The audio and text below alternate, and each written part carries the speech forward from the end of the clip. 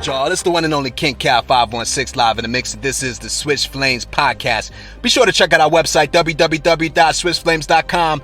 Hit us up on Twitter at Swish Flames, and definitely check out the brand new Facebook page at Swish Flames Podcast. Let's get right into the festivities of today, and our topic is Dennis Schroder.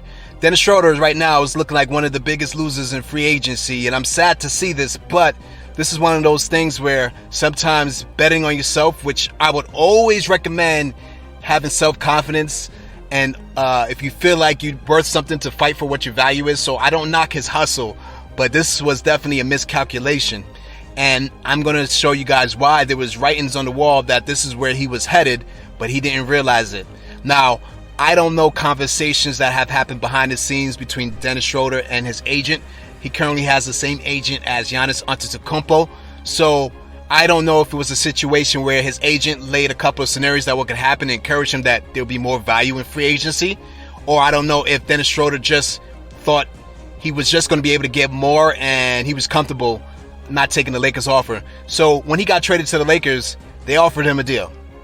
Now, he didn't accept that because he knew he can get offered more money if he waited. So when the Lakers could later on in the season offer him more money, that's where the contract you guys hear about Dennis Schroder turning down that deal for $84 million. It was about a 4-year, $84 million deal. And he turned down that. And just go back to remember, that was fully guaranteed. So now, fast forward, we're in free agency now, and Dennis Schroder hasn't gotten one offer of any significance. Now, recently, it's been reported that he has had some talks with Boston, but let's be really honest, Boston doesn't have a lot of salary cap space to give him. You know what I mean? So it'll be a minimal contract. So anything now, if he signs with a team, he's more likely going to be a backup point guard. There's only a couple of teams that maybe he could start for. Boston is one of them. But will Boston do a sign and trade? I don't think so. Because if you're the Lakers, you're going to be like, okay, well, if you got to pay Dennis a little bit more money, then we want Marcus Smart. If you're the Lakers, you would definitely ask for Marcus Smart, right? But if you're Boston, I don't know if you need a dynamic ball handler that much that you're going to give up Marcus Smart to bring in Dennis Schroder. You know what I mean? As a Laker fan, I don't think you're going to do that. So there is a lot of things going on behind the scenes, but Dennis Schroder right now has definitely lost out, especially now with Spencer Dinwiddie, being added to that blockbuster trade and getting 3 years, $60 million. You know what I mean? I put Dennis Schroder and Spencer Dinwiddie about on the same category, point guard. But this was definitely a miscalculated chess move by Dennis Schroder. Once again, I can't knock the hustle. Once again, I'm all about people fighting for equal pay, fighting to get more money if you can, understanding your value. But there's a clear indication you have to understand your value. You know what I mean? And Dennis Schroder probably overprojected, because when I started hearing reports that he was looking for over $100 million, I was like, there's no way he's going to get it. And here's the reason why I knew before this offseason hit why he wasn't going to get it. Because there was only a few teams who had really big cap space to sign. If this was last off season, I would probably sit there and say he may have a chance to get that, because there was a lot more teams with cap space, so it would create a little bit more bidding wars.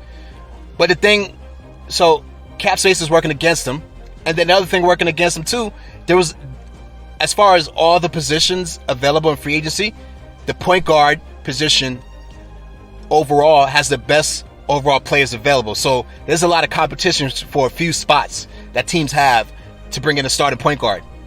So there was a lot more competition this offseason.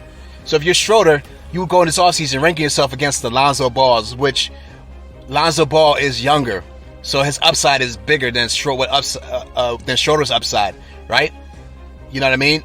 Now you got Kyle Lowry, a veteran point guard who's definitely, as far as the top point guard who's going to leave his team, Kyle Lowry is at the top of the list. So you already know Kyle Lowry's kind of setting the market. So you have those two great point guards. You have a bunch of other guys, Evan Fournier, guys like that I'm putting on the same level as Schroder, and then Spencer Dinwiddie, same level as Schroder. Obviously, the Knicks went for Fournier, and the Knicks were scouting Schroder the whole season, but obviously they felt like Fournier was a better value, and he got $78 million. Dinwiddie got $60 million coming off an injury. So now if you're Schroder, you got to feel some type of way, because these other players who you're going to say you're in the same category got the bag, but neither one of those guys got over $100 million. So your asking price was way too high for a market that didn't have a lot of salary cap space to just sign people right into the team.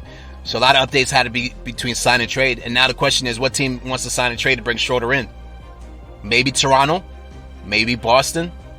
But neither one of those teams are going to want to give up significant assets to bring in Schroder on a big deal. So the best case scenario right now for Dennis Schroder is to take a smaller deal 1 year for a team to rebuild your value.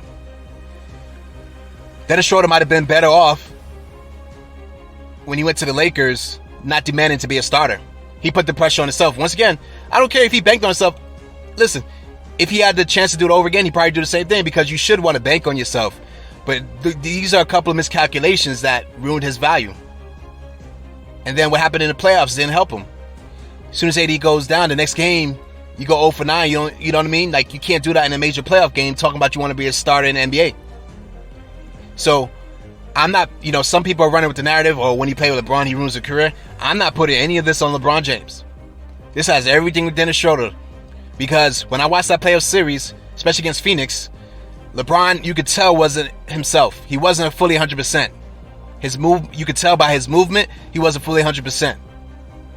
But what I noticed, every time LeBron would penetrate to the rim, what Phoenix did, because there was no AD, they just overloaded the paint. So they forced the Lakers to become a shooting team, which is their weakness, and the Lakers didn't hit shots. So the only other player that can consistently attack the rim and create something is Dennis Schroder. So what I'm saying was, the situation presented itself, it was his time. I watched that game. I noticed LeBron was giving Schroder opportunities. He was giving the Rock to do something because he knew he needed the help. Dennis Schroder just didn't live up to it. So he banked on himself, but he just didn't live up to it. So he has to own it, and now he just has to regroup. You know what I'm saying? So it's not for him to get down on himself. Yes, he should have took the $84 million and rolled the dice. Part of it is believed that maybe he didn't want to take that deal because he knew the Lakers would have a contract where they can just trade him. But losing that guaranteed money, man, that's a big deal, because you're probably now never going to make that money up, because this deal that you're going to have to take this year is not going to be near the starting point the Lakers contract would have been if you had taken that offer. So you already lost out on some millions of dollars. So him and his team are going to probably try to regroup and just see what they're going to do, but most likely it might be taking less money on a 1 year deal.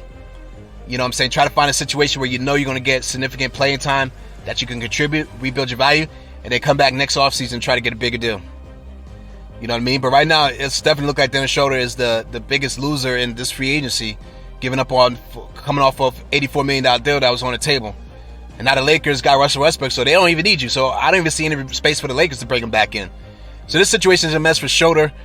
Listen, I hope he finds a situation, but like I said, most likely what we'll probably end up seeing, at this point, it doesn't look like a team's going to sign and trade for him for a big contract. So he's probably just going to have to take a really small deal somewhere, and then for 1 year, and then come back next year and try to get a more lucrative deal. But as far as him getting $100 million, that's not going to happen. It's still going to be a smaller deal than that. I just don't see Dennis Schroder getting over $100 million.